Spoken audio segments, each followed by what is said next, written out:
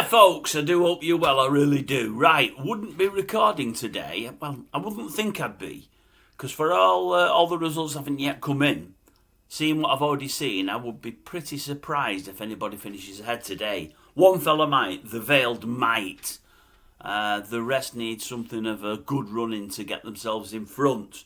But that's not the reason for tonight's message. No, I'll get to that at the end of this message. But I'll tell you how we're standing at this moment in time. Again, not many are playing. It's really quite fair at this moment in time. But Mickey's got one to go. Now, he has had a 2-point win on it. I would imagine if it wins and wins at a reasonable price, he could be in front. But he's got a bit to claw back. The Veiled has had a nice winner. But he needs his last horse to win our place, I think, to be in front. And the Racing Enthusiast. A few gone down already, but he's still got 5 to go. Now, he has had the winner at 5-1, SP'd at 5-1. I would suggest he needs at least one more decent winner or a couple of winners to put him in front. I would suggest. But he has got 5 chances. Now, if anybody ends up in front, I will let you know tomorrow. I won't do a secondary video later. But what I wanted to quickly, not so much speak about, but not so much give an opinion on, but just pass a message on, really, because the person that this is aimed at, this is for, we don't have an open line anymore. We used to message one another. That's ended, really, because of myself, the person that's tried, but I've not been very forthcoming. But it's young Peter Fillingham. Now, that's the name I don't mention on here anymore, because he's one of the pay boys, and he's one of the many that's sadly threatened me. But I seen his video earlier, well, about half an hour, 40 minutes ago. It came out this morning. I've only just seen it. My goodness, he looked like he was just about to face the hangman. I think he's had some bad news at the hospital this morning. I think it's knocked him off his feet completely. And I think he's got an operation to come. It doesn't sound brilliant. I'm guessing he's got one of 3 things, one of 3 conditions, but I don't know. I'm not privy to it. As I say, we don't message one another anymore. We don't need to. I mean, he's even talking of possibly either ending the channel or having someone else presenting it for him, either for a short time or for good.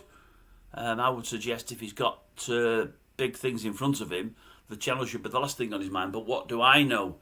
So he's talking about somebody replacing him. Now, before we go any further, because I've been threatened, I've not mentioned the name. Is it Michael Miles? I've said nothing. Others might. I've not. So Michael might come out of his box, or he could get anybody else. I don't know how that would work. But what I will say is this, all joking aside. For all, I was a little bit disappointed with Peter a few months ago, rightly or wrongly, that's how I felt. I wish him no bad whatsoever. I know some of you maybe do, but I don't. I don't wish anybody any real bad.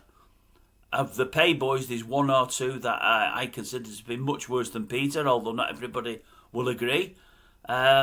And there was a time I quite liked Peter. There was a fairly long time I quite liked him.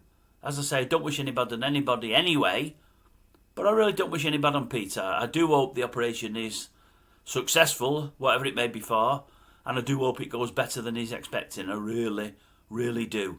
I did notice someone in his comment section mentioned channels should hang their heads in shame for the hounding they've given him, or whatever it may have been.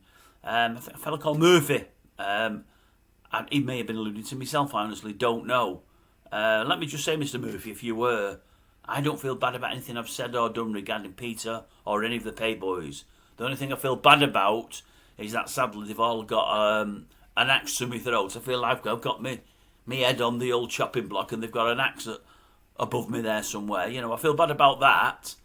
I feel bad that when you're only trying to warn folk off or tell the truth, you get in a situation where you can lose your living or lose something that you enjoy. Yeah, I feel bad about that. But I don't feel bad about anything I've said about anybody. But although I don't feel bad about anything I've said about anybody, as I said earlier, the real me, well, it's the real me anyway, but the real me has some sympathies with young Mr. Fillingham. He didn't look well this morning. He looked really, really shook up. And I do hope, as I say, long term, he gets his health sorted and he's okay. I really do. Right, on that note, I love you and leave you. Please, folks, you can put anything you want in the comment section about Mr. Fillingham. Please don't put anything really, really nasty in there, because all happens is that when I see it, it'll get wiped. And if I keep seeing things off 1 or 2 people, whoever it might be, you'll get bad. For all he's one of the many people holding an axe over my head, and I feel bad about that, I still can't have anybody in my comment section calling any of these payboys, and you all know why. Okay, folks? See you later. Although it's not just that in this instance. I'm not going to have somebody calling young Peter there when he's had such a bad day and such bad news. That'd be wrong. I hope you all understand that. I hope you all get that. Because I surely do if nobody else does.